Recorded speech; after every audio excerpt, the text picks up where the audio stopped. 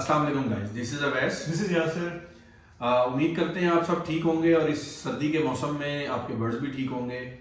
और पहले तो हम आपका थैंक यू करेंगे कि आप हमारी वीडियोस कंटिन्यूसली देख रहे हैं और उसको बहुत अच्छे तरीके से मिनट बाय मिनट देख रहे हैं और उस पर कमेंट्स कर रहे हैं, जिससे हम भी सीख रहे हैं और आप भी सीख रहे हैं। तो उम्मीद करते हैं इस वीलॉग से भी आपको काफ़ी कुछ सीखने को मिलेगा। और इस वीलॉग को हमने बनाने के लिए आज इसीलिए ज़रूरत महसूस की कि ठंड का काफ़ी ज़्यादा है और कुछ दोस्तों के पास इश्यूज़ आ रहे हैं, कुछ मोर्टेलिटीज़ के और मुख्तलिफ इश्यूज़ हैं, तो उनको हम वन बाय वन डिस्कस करते हैं। तो जी यासिर प्लीज़।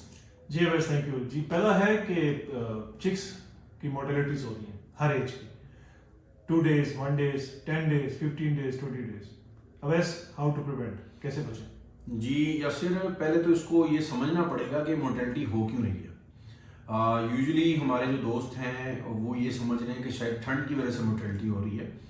नो डाउट वो उसकी रीज़न है, रूट कॉज वही है, लेकिन वो उसकी वजह से ठंड लगने से बर्ड नहीं मार रहा, बर्ड मार रहा है इंडाइजेशन की वजह से। यानी जो फीड वो अपने माँ बाप से ले रहा है या माँ बाप कम फीड कर रहे हैं तो वो डाइजेस्ट नहीं कर पा रहा उसको, इस वजह से मोर्टेलिटीज आ रही हैं।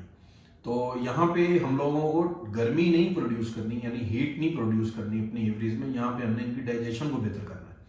तो मेरा यही ख्याल है कि डाइजेशन के इश्यूज आ रहे हैं और उसको यासिर से पूछते हैं कि किस तरीके से सॉल्व किया जा सकता है। जी यासिर। वैसे जैसे आपने कहा डाइजेशन, बिल्कुल फीड जो है ठंडी फीड है, ठंडा पानी है, तो उसके जो अच्छे रिजल्ट्स मैंने देखे हैं कि सुबह जैसे हमने आपको बताया कि बर्ड को नीम गर्म पानी से उनका दिन का आगाज़ करें और उसके अंदर चरका डालें ताकि उसका डाइजेशन हो।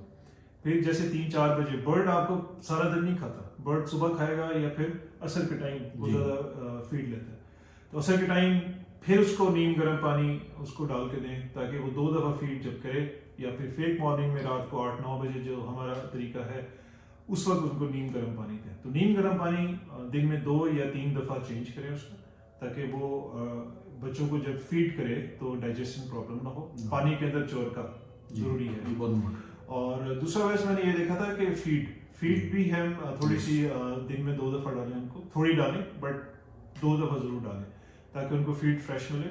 और सॉफ्ट फूड में सिर्फ एग ब्रेड के अलावा कुछ मत दीजिए आजकल, और कोशिश करें एग ब्रेड फ्रेश सुबह दें, सेकंड टाइम रात को या शाम को, जो भी आपका है प्रोसीजर, तो सॉफ्ट फूड में एग ब्रेड दें। तो अल्हम्दुलिल्लाह मेरा सेकंड क्लास भी ऑलमोस्ट सेल्फ होने वाला है और उसमें अल्हम्दुलिल्लाह कोई मोर्टेलिटी नहीं है, 1 या 2 इंसिडेंट्स के अलावा। वो इंसिडेंट्स की वजह से हुई है मोर्टेलिटी, अदरवाइज वेदर की वजह से नहीं है। और यही चीज़ मैं अवैस की अभी आज विजिट कर रहा था, माशाल्लाह इनका भी 3rd क्लच अब ऑलमोस्ट जो है हैचिंग हो रहा है और 2nd क्लच भी बहुत अच्छा रिजल्ट है। तो हम आपसे इसलिए शेयर करते हैं ताकि आपके नुकसान आप बचें उससे। तो मोर्टेलिटी में ठंड से बर्ड को कुछ नहीं होता, ठंडी चीज़ों से ज़रूर होता है, तो उसको ठंडी चीज़ों से थोड़ा सा आप अगर करेंगे तो ये 8-10 दिन का फेज़ है, ये निकल जाएगा। अच्छा वैसे दूसरा जो हमारा मौजूद है, मैं फेसबुक पे कर रहा था और बहुत सारे लोगों ने व्हाट्सएप के ऊपर भी पूछा है, वो फिर प्लकिंग के इश्यूज आ रहे हैं, तो उस पर आप जरा दोबारा एक दफ़ा गाइड कर दीजिए। जिस तरह हमने इसको प्रॉपरली एक पूरी वीडियो में कवर किया था प्लकिंग के इश्यूज को। प्लकिंग के लिए देखें, उसकी रेमेडी के लिए लोगों ने एलोवेरा भी लगाया, मुख्तलिफ कंपनी की प्रोडक्ट्स हैं वो भी यूज़ की, लेकिन आपने देखा होगा अक्सर जगह फेसबुक पे इस तरह की पोस्ट के नीचे कमेंट्स में कि अक्सर लोग बता रहे होते हैं कि इस प्रोडक्ट का हमें फ़ायदा नहीं हुआ। देखिए ये एक हैबिट है, बर्ड में डेवलप हो जाती है किसी चीज़ की डेफिशिएंसी की वजह से। कुछ लोग उसको कैल्शियम की डेफिशिएंसी कहते हैं, कुछ लोग प्रोटीन की डेफिशिएंसी कहते हैं। आई बिलीव कि प्रोटीन की डेफिशिएंसी थोड़ा ज़्यादा मेन इफेक्ट है उसमें। और प्रोटीन की डेफिशिएंसी जब होगी, डेफिनेटली इट मीन कि वो सर्दी का इशू भी हो सकता है, स्ट्रेस भी हो सकता है। आजकल सर्दी ज़्यादा है, बर्ड स्ट्रेस में भी जा सकता है आपका, और स्ट्रेस भी मेन रीज़न है उसकी। तो इस चीज़ को ख़त्म करने के लिए एक तो आप उसको स्पार्क वगैरह दें लाजमन, ताकि बर्ड आपके स्ट्रेस आउट रहे। सेकंड, हमने आपको एक ऑप्शन बताई थी जो कि हम अपनी एवरेज में कर रहे हैं और करके दिखाया था आप लोगों को, कि आप एक आउटसाइड बॉक्स रख सकते हैं और उसमें बर्ड्स आपके जैसे ही हाफ कवर होते हैं, तो आप इस चीज़ का वेट ना करेंगे प्लकिंग होती है तो मैं रखूँगा, आप उसको बाहर निकाल लें। उससे आपको ये बेनिफिट होगा कि आपके जो पेरेंट हैं वो भी फ्लाइंग शुरू कर देंगे ज़्यादा, और बच्चे भी बहुत जल्दी कॉन्फिडेंट हो जाते हैं और जल्दी सेल्फ हो जाते हैं, इंडाइजेशन के इश्यूज़ नहीं होते क्योंकि कॉन्टीन्यूसली मूवमेंट हो रही होती है। जबकि ब्रीडिंग बॉक्स में पेरेंट्स बैठे रहते हैं, एक्टिविटी कम होती है, उनकी भी डाइजेशन कम होती है, और जब उनकी डाइजेशन कम होगी तो वो डेफिनेटली फीड भी कम करेंगे।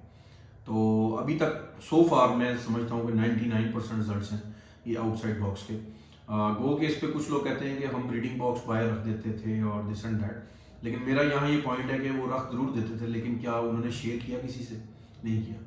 तो आप भी कोई अगर एक्सपेरिमेंट करते हैं और उसका आप देखते हैं कि रिजल्ट अच्छा है, एटलीस्ट आपके एवरी के 10% 20% बर्ड्स पे वो एक्सपेरिमेंट हुआ हो, तो उसको आप एक्सपेरिमेंट रिजल्ट कह सकते हैं, not for one pair only.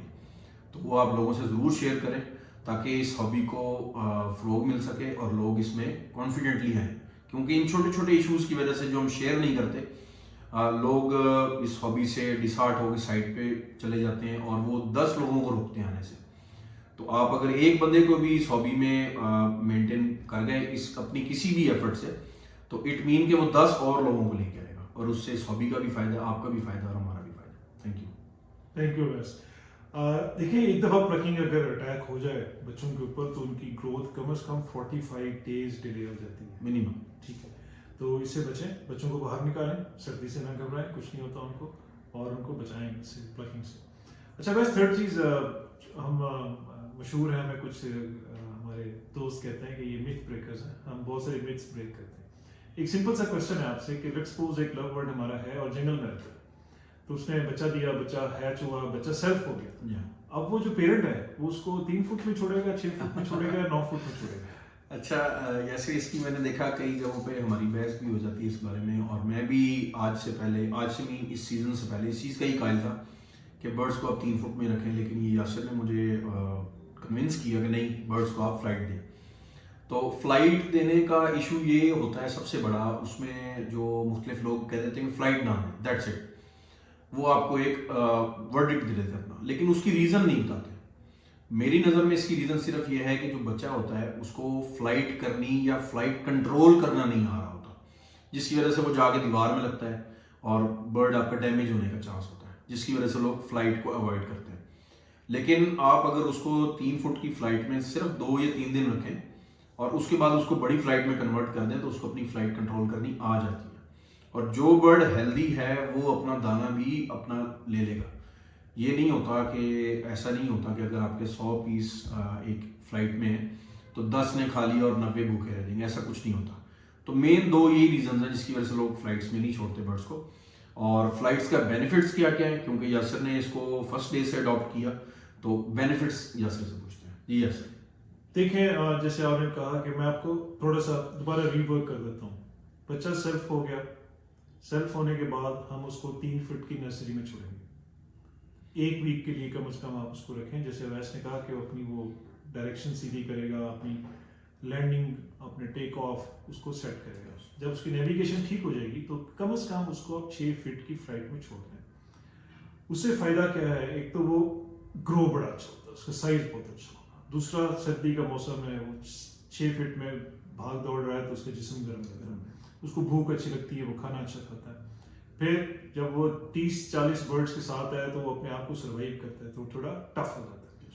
तो ज़रूर अपना फ्लाइट में छोड़ें उसको, और बच्चों को कुछ नहीं होता फ्लाइट में। अब नेक्स्ट वीडियो जो मैं आपको आज अपनी एवरी की दिखा रहा हूँ, अपना फ्लाइट केज दिखा रहा हूँ, इसमें ये सब 65 to 70 डेज के बच्चे हैं, और ये तकरीबन 6 foot by 3 foot by 3 foot की ये फ्लाइट है, और इसके अंदर ये 40+ बच्चे हैं।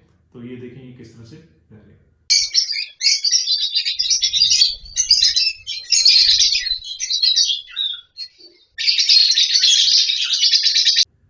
तो ये देखें, ये आप जो फ्लाइट देख रहे हैं, ये इसमें 40+ बच्चे हैं, इनकी एज 65 to 80 डेज है, और ये इसके अंदर किस तरह से मज़े से फिर रहे हैं। ओके, अच्छा बस ये फ्लाइट का फ़ायदा देखें, इस वक्त सेल स्लो है, तो हो सकता है कि बर्ड्स आपको कुछ महीने रखने पड़ जाए, तो आप क्या 3 फुट में तो बच्चे नहीं रखेंगे ना, कैसे ग्रो करेंगे? तो फ्लाइट केजेस होने चाहिए। अगर आपके पास सेल स्लो हैं तो उनको आप फ्लाइट में डालें ताकि वो अपनी ग्रोथ ठीक करें, मोल्टिंग, पहली मोल्टिंग आ जाएगी उनकी, तो उसमें उनको बड़ा हेल्प होगा। तो आज हमने 3 टॉपिक्स कवर किए, थैंक यू वेरी मच। पहला आपको मोर्टेलिटी का बताया कि बच्चों को किस तरह से मरने से बचाएं, सेकंड प्लकिंग से बचाएं, तीसरा अगर आपके पास सेल स्लो हैं तो उनको फ्लाइट्स में छोड़ें, प्लीज़ 3 फुट के केज से निकालें उनको। तो ये हमारी रिक्वेस्ट है आपसे। तो क्लोजिंग अवैस as usual. I think so आपने बहुत अच्छा इसको कवर किया और क्लोज भी किया, तो आज इसी पे इत्तेफाक करेंगे। थैंक यू यूजर्स, एक दफा फिर आपका शुक्रिया, आपका बहुत सपोर्ट है हमें। अल्लाह हाफिज। अल्लाह हाफिज़।